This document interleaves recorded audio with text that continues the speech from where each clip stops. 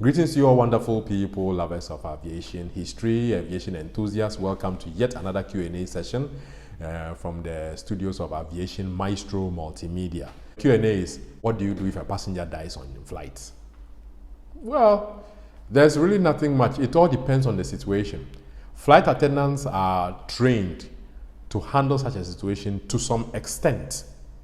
For example, if the aircraft is not full, the flight attendants have been trained on how to isolate that passenger from so many of them. There's a way to isolate him either to the back seat or create some space at the back seat and isolate the passenger from the rest.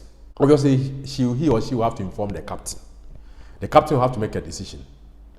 Do we divert to the airport of origin, or should we continue going and get to destination and sort it out? Or should we divert right where we are? When I say divert, that means you are now going off your route to go to another airport you did not intend to go.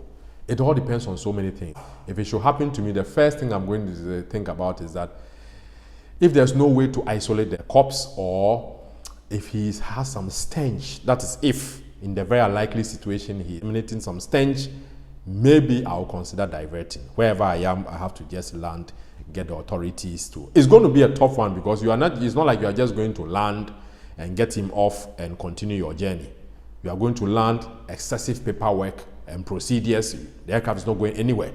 Okay, so that's what in very, very worst case scenarios, whatever the captain can decide is, okay, Charlie, maybe he's having some stench. It's very difficult to separate him from the rest of the passengers because of space or whatever. Then maybe that's when you may want to consider a diversion. But it has its own, if I say, protocols. You can decide to go back to the airport of origin. But the question is, how far are you from origin? Are you closer to origin or are you closer to destination? Okay, these are all the decisions that the cockpit crew will take. Now, what do we do? Do we take him to destination? But of course, whichever decision you take, you always radio ahead to the airport authorities through the air traffic control tower, and they know how to get the ambulances and everything on standby. But it's all a tough question that, well, sometimes it's better to isolate him. That's if the conditions permit. Isolate him, get to a destination, and go through the procedures.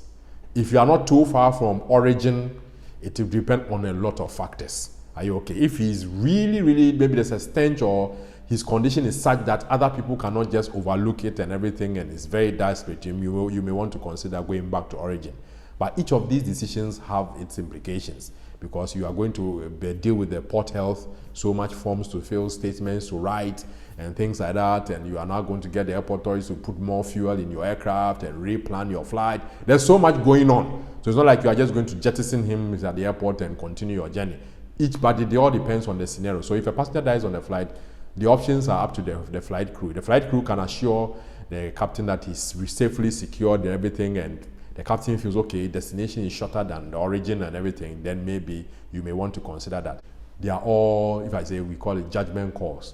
What is happening, and we always take decisions on what is happening.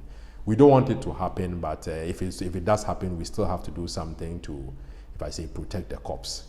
Okay, it's one of the things that you can face in flying. Some people may have had that scenario, some people may not have had it, but that's about the best ways to go about it. Stick and stay with me on other videos before you say I want to be is something that we are heading towards. Peace.